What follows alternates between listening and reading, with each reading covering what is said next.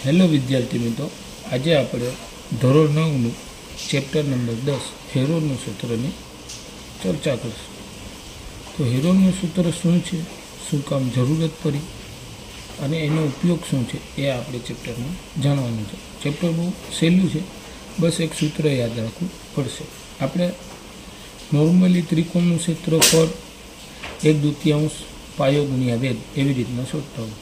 કાટકોણ ત્રિકોણો तो 1/2 બંને બાજુનો ગુણાકાર, કાટખૂણો બનાવતી બંને બાજુનો ગુણાકાર। સમબાજુ ત્રિકોણો તો વર્ગમૂળમાં 3/4 અને બાજુનો વર્ગ। આપણે કોઈ પણ ત્રિકોણ સમબાજુ, કાટકોણ, વિષમબાજુ કોઈ પણ ત્રિકોણનું ક્ષેત્રફળ શોધવું હોય તો આપણે હેરોનના સૂત્રનો ઉપયોગ કરી શકીએ।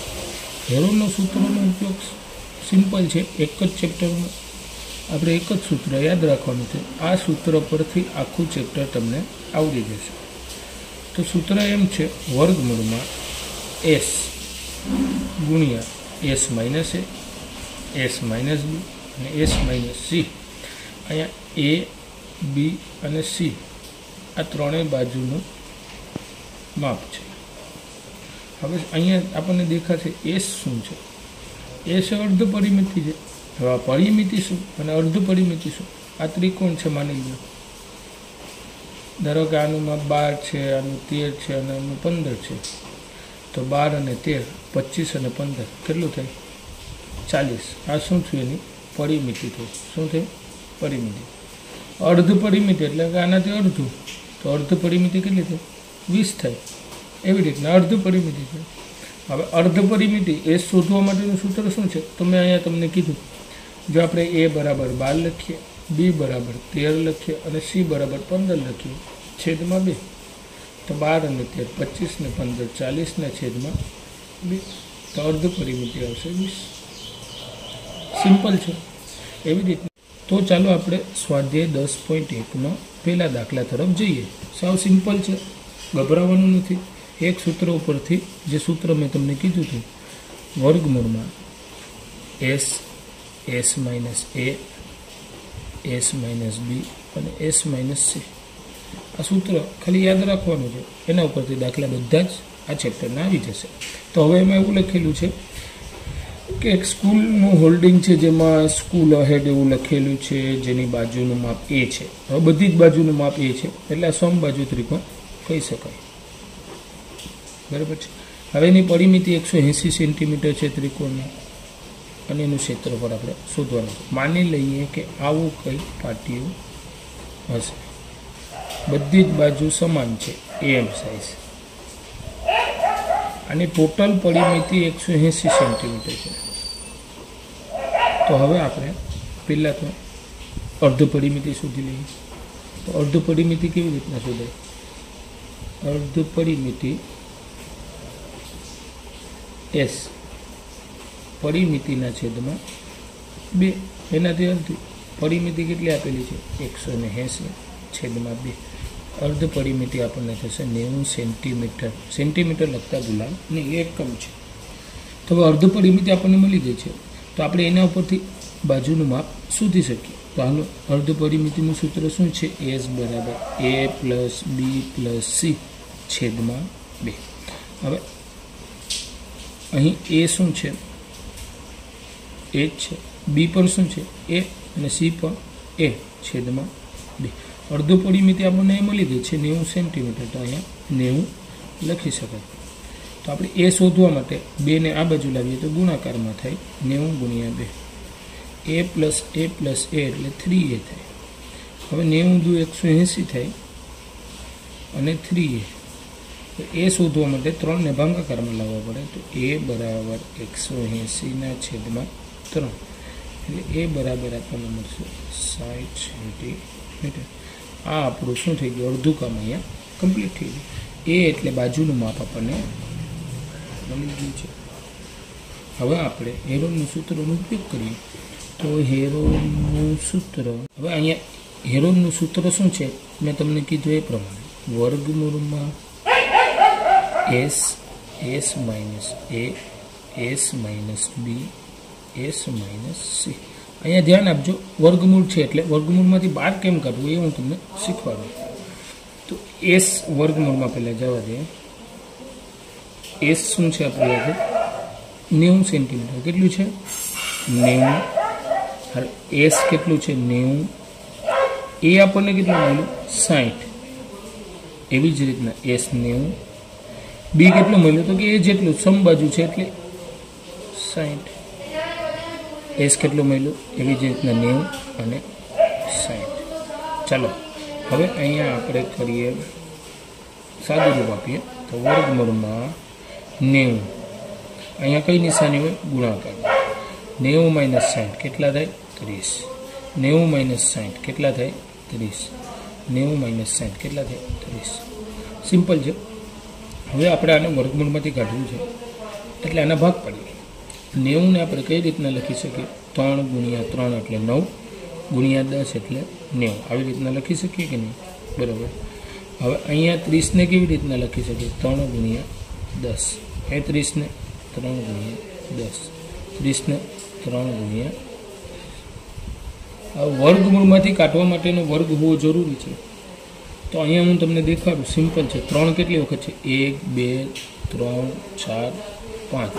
તો એને આપણે લખશું 3 નો વર્ગ 3 નો વર્ગ 4 વખત થઈ ગયું. હવે એક જ છે તો એકને એમને ઉમેરવાનું. 10 કેટલી વખત છે?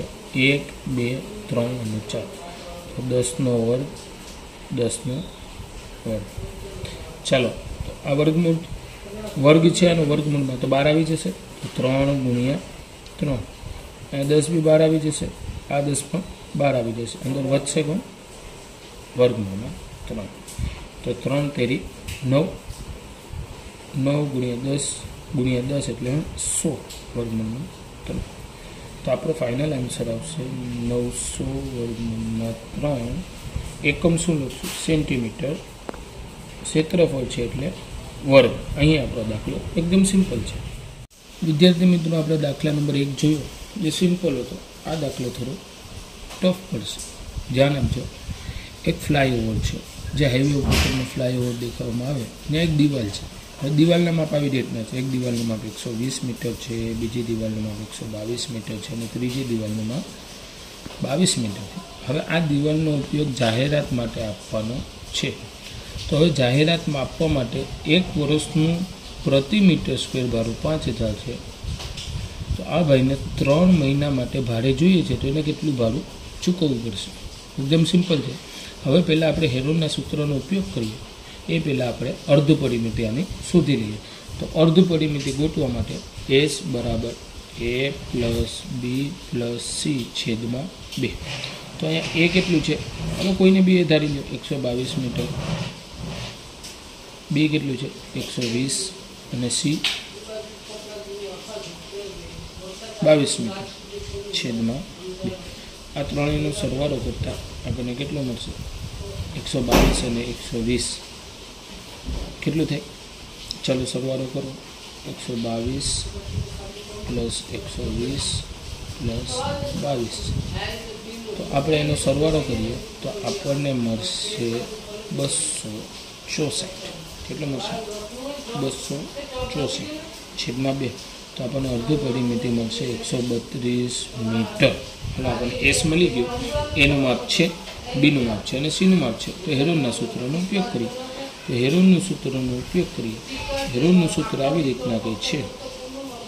વર્ગમૂળમાં S S minus A S minus B S minus C. ક્ષેત્રફળ અહીં લખીશું. તો ક્ષેત્રફળ લખીશું પાછું. એસ કેટલું છે? 132.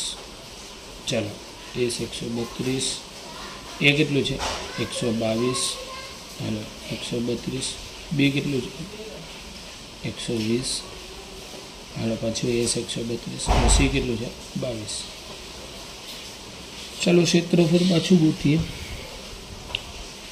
તો 132 આપણે 10 × 11 કરીએ તો 132 થાય. એવી રીતના લખી શકીએ. હાલ 132 માંથી 122 જાય તો 10 વધે. 132 માંથી 120 જાય તો 12 વધે. સોરી અને 132માંથી 22 જાય તો 110 વધે, 110 બરાબર. ચલો ક્ષેત્રફળ શોધીએ પાછું.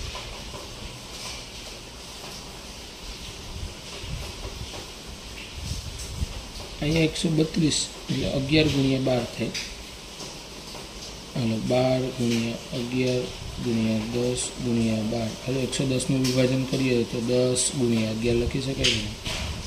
હવે ક્ષેત્રફળ પાછું મેળવીએ આપણે. અહીંયા 12 કેટલી વખત છે? 2 વખત છે તો 12નો વર્ગ. 11 કેટલી વખત છે? 2 વખત છે તો 11નો વર્ગ. અને 10 કેટલી વખત છે? 2 વખત છે તો 10નો વર્ગ. વર્ગમૂળમાંથી કાઢીએ તો અહીંયા 12 ગુણ્યા 11 ગુણ્યા 10 એવી રીતના લખી છે. હાલો એ 12 ગુણ્યા 11 ને 10 110. આવી રીતના એનો આન્સર આવશે 1320 મીટર સ્ક્વેર.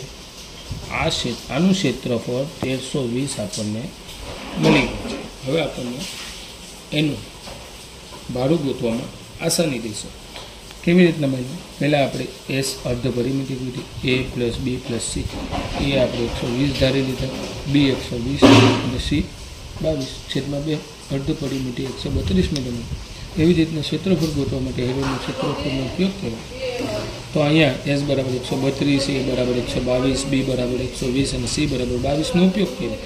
તો 12 ગુણ્યા 11 કરીએ તો 132 થાય. વિભાજન કર્યું. શું કામ? તો કે આપણે વર્ગમૂળમાંથી આને બહાર કાઢવું છે.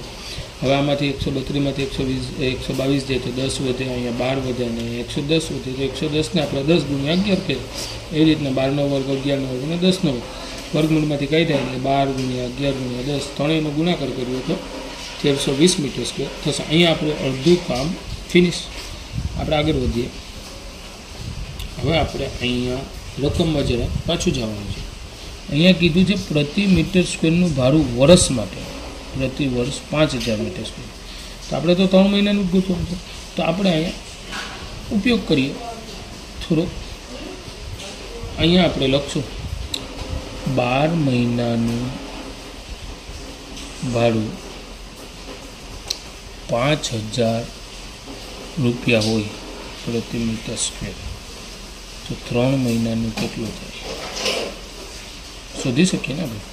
તો આપણે અહીંયા ચોકડી ગુણાકાર કરીશું. 3 ગુણ્યા 5000 છેદમાં 12. હવે આપણે અહીંયા 3 ચોક 12 તો 5000ના છેદમાં 4. હાલો ભાગાકાર કરીએ. અહીંયા આવી જાઓ પાછા 5000 અંદર 4. હાલો કેટલું થશે?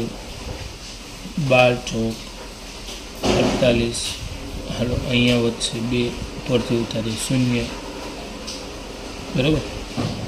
4 5 20 0 0. અહીંયા વધેલું 0 અહીંયા રહેવા દઈએ. તો ભાડું થશે 3 મહિનાનું પ્રતિ મીટર સ્ક્વેર માટે 1250 મીટર સ્ક્વેર. 3 મહિનાનું ભાડું મળી ગયું છે. ચાલો સિમ્પલ છે. તો અહીંયા પ્રતિ મીટર સ્ક્વેર 3 મહિનાનું ભાડું કેટલું થાય? 1250 મીટર સ્ક્વેર. હવે ટોટલ આનું ક્ષેત્રફળ કેટલું છે જે અહીંયા આપણે ઉપયોગ કરવાનું છે? એનું ક્ષેત્રફળ છે 1320 મીટર સ્ક્વેર. તો આપણે એમ લખી શકાય 1 મીટર સ્ક્વેરના 1250 રૂપિયા. તો 1320 મીટર સ્ક્વેરના રૂપિયા કેટલા? તો અહીંયા ગુણાકાર કરજો. 1320 ગુણ્યા 1250. તો અહીંયા જવાબ આવશે 16,50,000 રૂપિયા. ચાલો દાખલાને ફરીથી આપણે સમજીએ. એક ફ્લાયઓવરની ત્યાં ત્રિકોણાકાર દિવાલ છે જેનું માપ, જેની બાજુનું માપ 122 મીટર, 120 મીટર અને 22 મીટર. દાખલાની રકમમાં એમ કીધું છે કે એક ભાઈને આ દિવાલનો ઉપયોગ કરવો છે પોતાની કોઈ બી ચીજ માટે, એડવર્ટાઈઝ કરવા માટે. તો આ દિવાલ એને ભાડે જોઈએ છે. 1 મીટર સ્ક્વેરનું ભાડું 5000 રૂપિયા છે. 3 મહિના માટે આ ભાઈને દિવાલ જોઈએ છે ભાડે. તો આપણે તો પહેલાં આનું ક્ષેત્રફળ ગોતવું પડશે. આપણે આનું ક્ષેત્રફળ ગોતવા માટે હેરોનના સૂત્રનો ઉપયોગ કર્યો. હેરોનના સૂત્ર મેળવવા માટે પહેલાં આપણે એસ અર્ધ પરિમિતિ શોધી કાઢી. અર્ધ પરિમિતિનું સૂત્ર મૂક્યું અને અર્ધ પરિમિતિ 132 મીટર આવી. હવે ક્ષેત્રફળ મેળવવા માટે એસ 132, એ 122, બી 120 અને સી 22 એવી રીતના આપણે ગુણાકાર કર્યો તો 1320 મીટર સ્ક્વેર આનું ક્ષેત્રફળ આવ્યું. અને ક્ષેત્રફળ કેટલું આવ્યું? 1320 મીટર સ્ક્વેર. આપણે શું કીધું કે ભાઈ 12 મહિનાનું ભાડું 5000 મીટર સ્ક્વેર છે, તો 3 મહિનાનું કેટલું થાય?